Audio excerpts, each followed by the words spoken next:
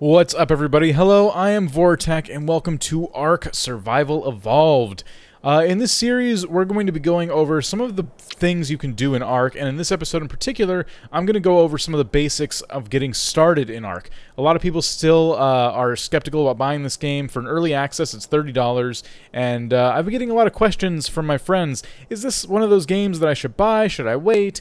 And in my opinion, I think this is one of the safer bets for an early access game. I've said that in the past about projects that are still well in development, but this one is going to be out for Xbox One and PS4, and it's only a matter of time. We have early access to it right now on Steam. All the links are down below that you'll need. And yeah, I'm in. So I'm on a server that some of my friends and I are on, and we have already started to build our base. Just to give you an idea of some of the things you can build, how the buildings kind of look. Right now they're kind of boxy. I'm not sure if they're going to be changing some of the corners and stuff like that, maybe making the builds a little more interesting, but I think you can kind of tell how big a wall is when you build a wall. These over here are a better example because we're making, we're walling in the base. The sun's coming up, and as I said, I'm going to be showing you guys some of the things for getting started in Ark. And here we go. So when you first come in, you're going to be basically naked and have no tools, no anything. And just like in Minecraft and all the other survival games out there, you're going to need to punch a tree, which is actually pretty humoring. You just beat the crap out of it, basically. And now, there we go. I apologize for the way the graphics look and everything because my computer's not that great and the game is not yet optimized. I haven't put a whole lot into the graphics. It still looks pretty nice despite that. But I apologize for the frame rate and all that. But what I just did is I punched a tree, I got some thatch, I got some wood, and some basic materials to start building. And you'll start leveling up pretty quick. I'm already level 10, and you can see I have some stuff on me. I got some clothes, got my little cowboy hat. What this game is you can level up all these things here, the health, the stamina, so on, and then these engrams is kind of your skill tree. Now you can level up whatever you want. Every level you get X amount of engram points. It seems to vary a little bit, and you can go ahead and build whatever.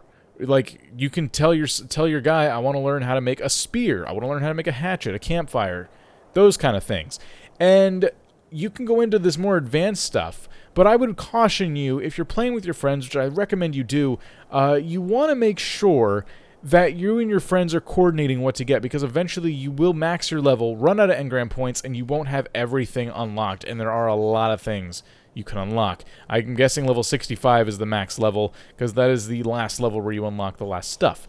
So as you level up, you unlock more things you can give points to, and that's that. So as you can see, I'm kind of focusing on building. I got my wooden foundations and walls and ceilings and things of that nature. There's a lot of weapons here, so you could have someone in your base focusing on weapons, someone focusing on armor and clothing and things like that. So, I mean, there's enough points to go around for me to experiment a little bit, so in the future episodes you'll kind of see that start to flesh out. But for now, I've learned how to make some of the basic tools. Everyone probably should learn how to do that. The hatchet and the spear, and automatically you'll be able to make the pickaxe right off the bat. And so this is your menu for craftables. I'm going to go grab some supplies and show you how to craft some of the basic tools. Very, very simple. So these are the most basic crafting materials I recommend every person carries on them just about at all times if you know you're going to be running low on tools, because as your tools break, you'll need to refresh them a bit. So I recommend bringing some wood, some flint, some stone, some thatch, and some hide. Now you get wood obviously by punching trees, and thatch by punching trees. Stone you can kind of pick up off the ground at first, and then when you make your pick, you can mine away big stones. Flint also comes from big stones, and then the hide comes from different dinosaurs you kill. Now, I won't be able to do that right now because it's kind of hard to find dinosaurs. I think we're on easy mode, so they're just not around. But I will show you how to craft some of these basic tools and what I recommend getting at first. So when it gets dark in this game, it gets dark. I'd recommend for sure, once you get yourself a stone pick, we'll make one of those. I'd recommend for sure getting a torch and a hatchet. Now, you don't need the spear. It helps a little bit, I guess, but you can absolutely use your pick or your hatchet to kill things. And I'm going to show you right now the coolest part about using the pick and the hatchet. They actually do different things.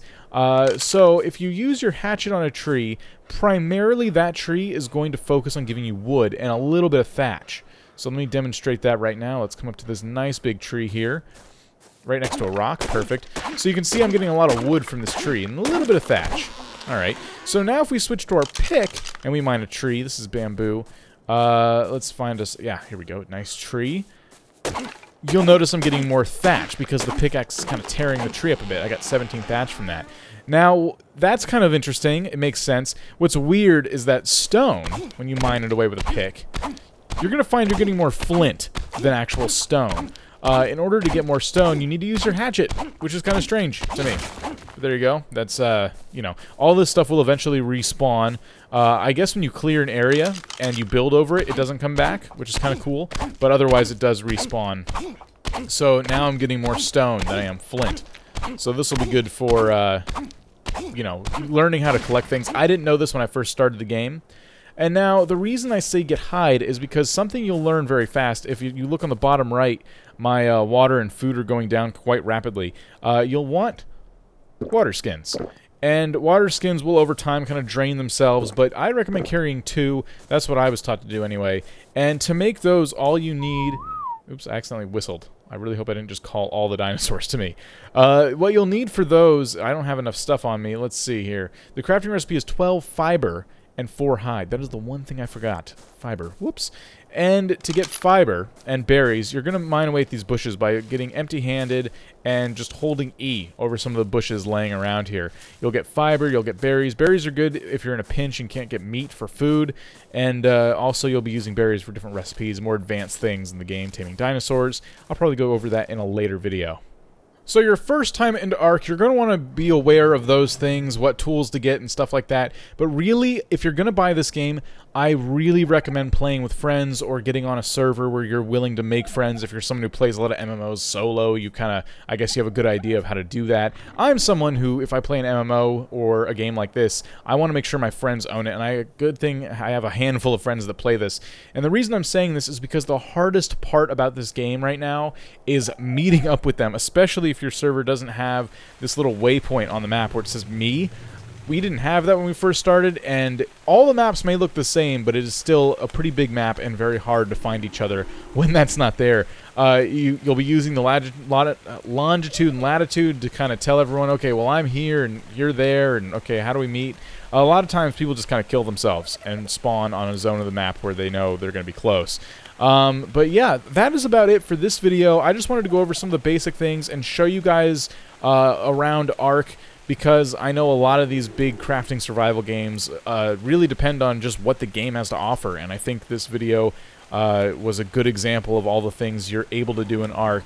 And I have so much more to show you as I keep playing the game, either in videos or off videos. So let me know in the comments if you want to see more. That's always important. Let me know what kinds of things you would like me to focus on. As you can see, I'm only level 10, so I'm not the highest level in Ark right now, but if there's something you want me to work towards and focus specifically on in one of these videos, please let me know in the comments. Totally willing to try to attempt that. And yeah, I will see you guys next time. Peace out.